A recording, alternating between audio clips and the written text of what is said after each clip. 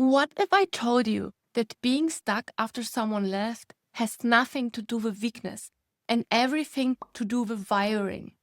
They didn't move on because they were stronger. They didn't move on because it meant less to them.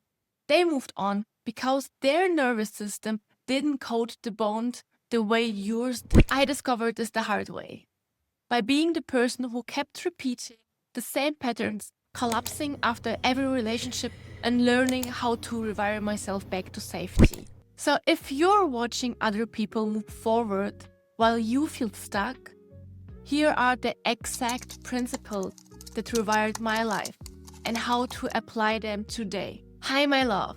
My name is Julia. For years, I idealized too quickly. I overgave. I tolerated inconsistency.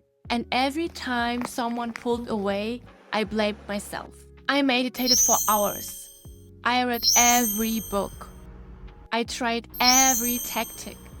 Things would improve for a minute, then the same pattern would return. Eventually, I realized it wasn't mindset alone. It was my body. My nervous system was storing old relational programming. So I dug deeper. I studied somatics, subconscious reprogramming, attachment theory, hypnosis, and nervous system regulation. Through this, I created my hypnosis and meditation scripts, the exact daily practices that helped me move from collapse to feeling safe and grounded in myself again. And today I want to share it with you, the 6 principles with micro steps I took every day to retrain my nervous system. Principle number 1. This isn't just in your head, it's in your body. Breakups aren't only a story you tell yourself. Your body learned that person as a regulator. Comfort, rhythm, routine, identity. When they left, your system went missing its anchor. I used to think I should get over people faster. I would tell myself to be logical. That didn't work. What worked was learning to recognize somatic memory. The tightness in my chest when I hear their name, the specific time of day slump when I expected a text. Here are the micro steps for you. Name the cue. For 1 week, every time you feel triggered, say it out loud. I notice my chest tightens when I see their name. That one sentence begins to move the memory from chaos into observation.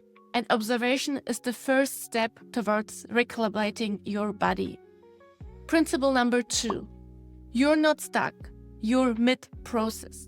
Accept the loop. Most people treat themselves like criminals for not being over it fast enough. That shame makes everything worse. My pattern was idealize, overgive, collapse, and repeat. After a breakup, I literally felt like I had lost a limb. That is an accurate description because your body has learned them as a part of your internal world.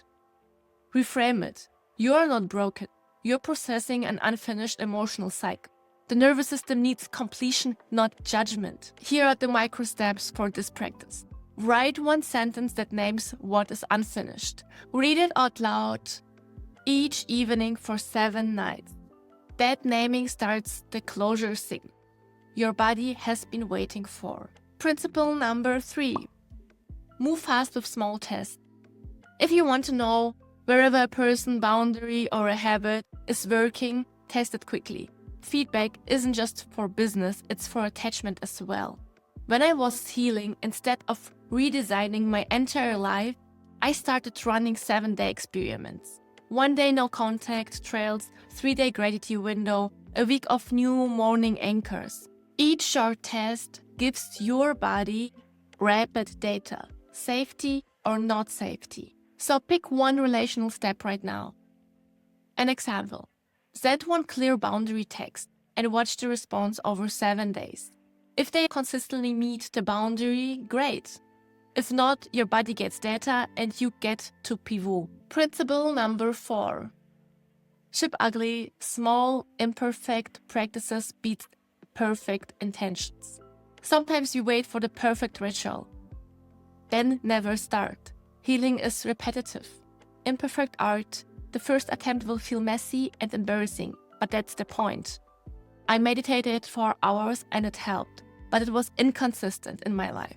The turnaround came when I committed to tiny, ugly practices and repeated them daily, even when I felt foolish. Create a first floppy ritual you can do in public and feel a little bit silly.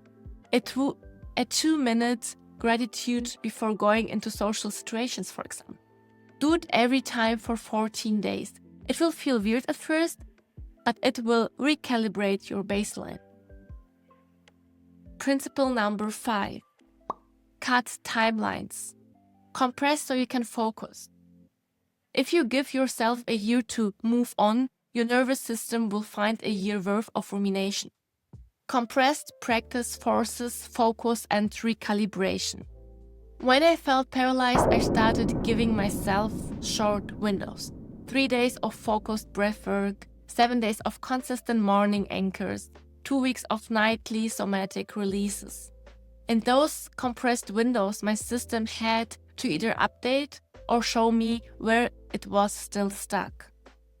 So choose one habit that fits you and compress it. For example, for the next 7 days, do a 3-minute grounding every morning and 3-minute release at night. Track what changes. Principle number 6. Love the destination, not the method. Strong opinions, loosely held. Don't fall in love with one technique. Be committed to safety, autonomy, and regulation, but be flexible in how you get there. I love meditation, but it wasn't enough. I had to add somatic micro practices, hypnosis, rewiring, small social experiments, and identity tracking.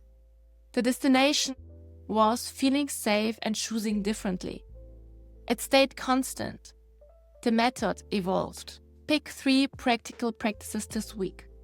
First, noticing practice, 60 seconds noticing only sensations, what's happening in your body.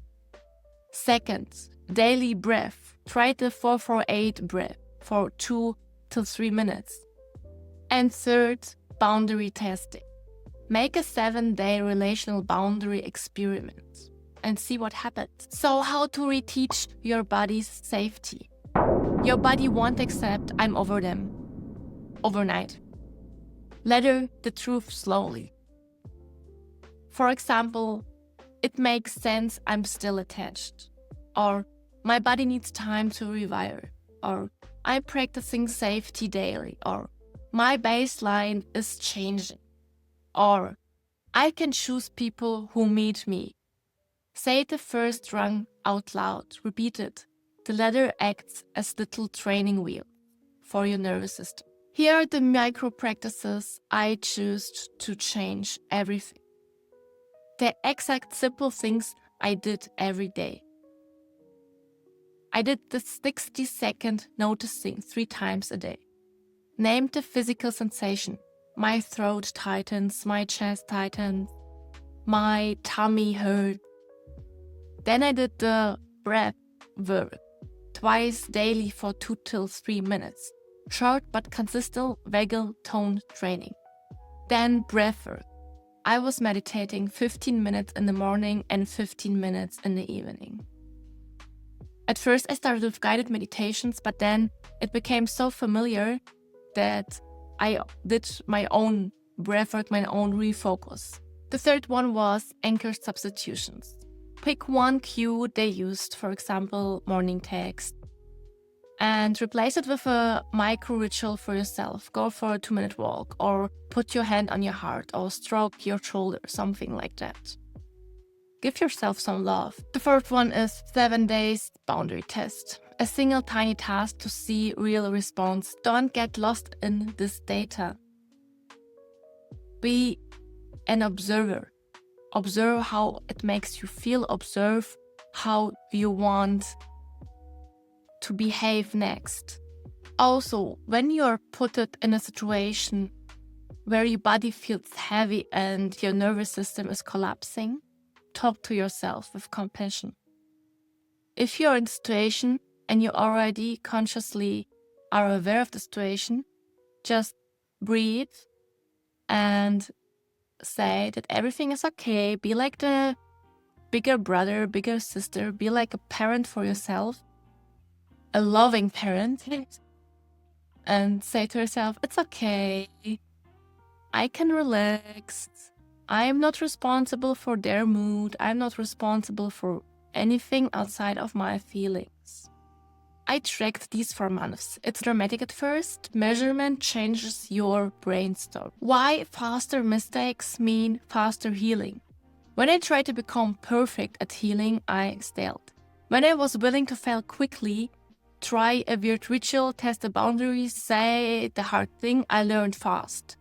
Mistakes becomes data. Faster mistakes create faster nervous system update.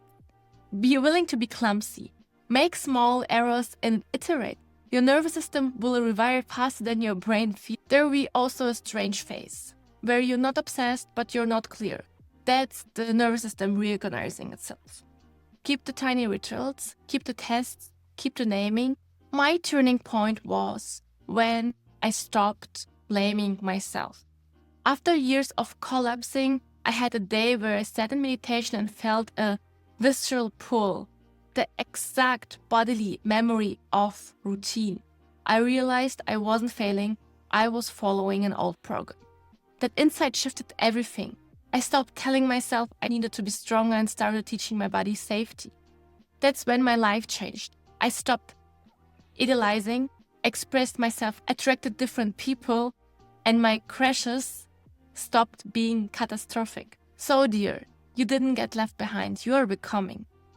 They moved on, not because you're weak, because you felt deep, and your body encoded that person as an anchor. You're doing the messy, brave work of integration. That matters more than moving fast. If you made it to the end, leave me a heart orange emoji, so I know you are here. And for the perfect next step, go watch my video on why you keep falling for the wrong man. I'll see you there. Bye, my love.